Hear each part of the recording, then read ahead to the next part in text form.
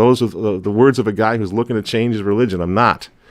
I willingly give assent to every doctrine and dogma of the Catholic faith. The Church, Holy Mother Church, she is my mother. She's not abandoned me. No whining. I can plan on losing my faith. Some of my best friends, in fact, are priests, bishops, who've kept the Catholic faith and who understand as I do that this is a holy war, a crusade against those who now occupy our church.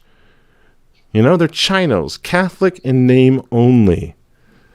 Now, this new globalist religion that I'm talking about, it can only be defeated by the true religion. And it makes no sense to me to say we got to destroy the Catholic Church, abandon the Catholic. The greatest weapon we have against what's coming is a reformed Catholic Church. Do not abandon the Catholic Church. Those of you who are thinking about that right now, given all the scandals. No, build it back up again. Build it back into the weapon against this new world order that the whole world is going to need in order to survive what's coming. And they know this. The globalist folks, they know this. They know they need the Catholic Church, which is why they put so much emphasis now on recruiting our Pope to their cause. So long as the Church stands, the Church presents a clear and present danger to any new world order that would try to supplant her, which is why we continue to pray for Pope Francis's conversion every day, even as we resist him to his face every single day, because he must be resisted.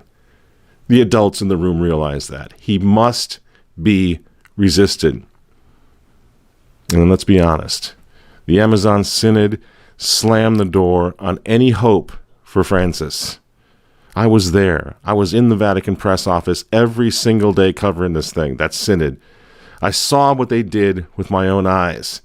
They set up the abomination of desolation in the holy place. Las hijas de la selva te alabamos, Señor. Los hijos de la selva te alabamos, Señor.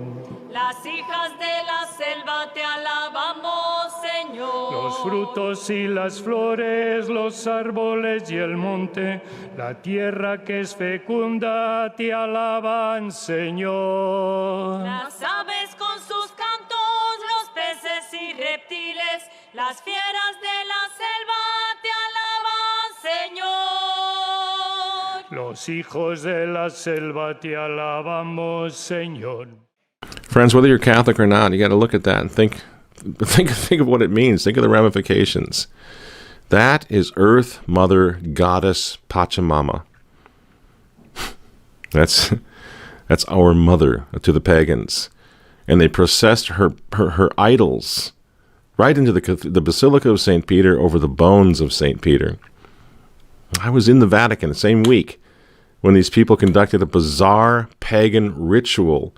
He asked a pertinent question. He asked about this event that everyone's been talking about over in the Vatican Gardens the other day, when some sort of earth-worshipping, tree-hugging, tree-planting Christian hybrid ceremony involving a statue of a pregnant woman that looked like some kind of fertility goddess, this event took place in the Pope's very presence, and that, according to Ivory, it had prompted some journalists here in Rome to speculate that this might have been a pagan ritual involving a pagan fertility symbol.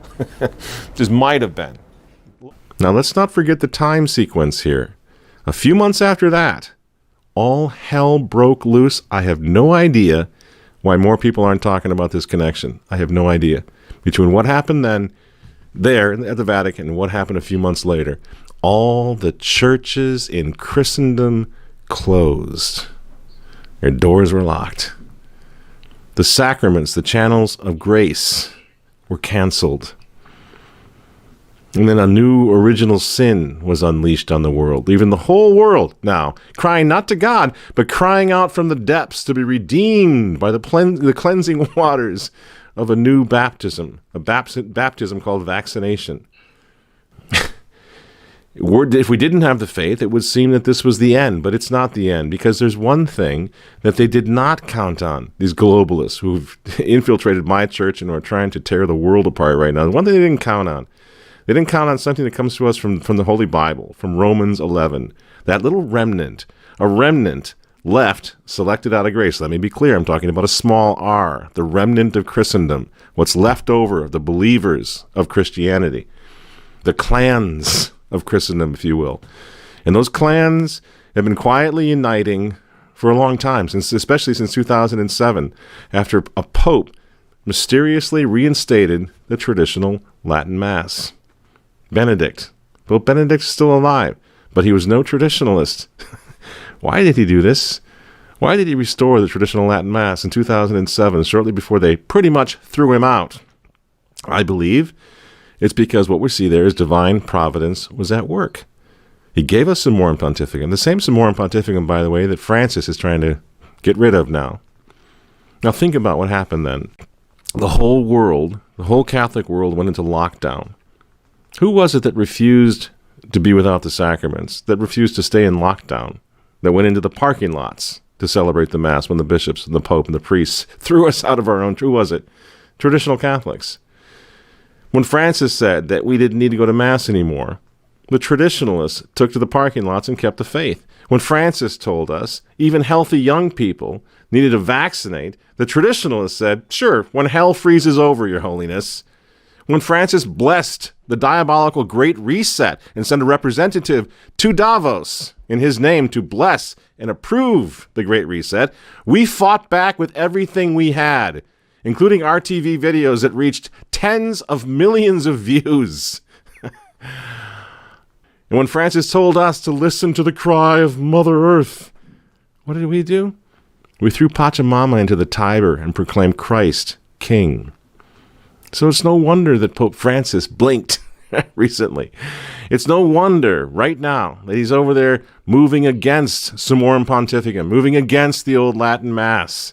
Because over the past 15 months, that Mass proved more powerful in motivating people to use their heads and resist. It was more powerful than the fear-mongering of the globalists. So knock yourself out, Your Holiness. You and your globalist friends and their war on the church. You've only succeeded in transforming millions of Catholics into the soldiers of Jesus Christ that we always were meant to be. Good for you. Keep it up.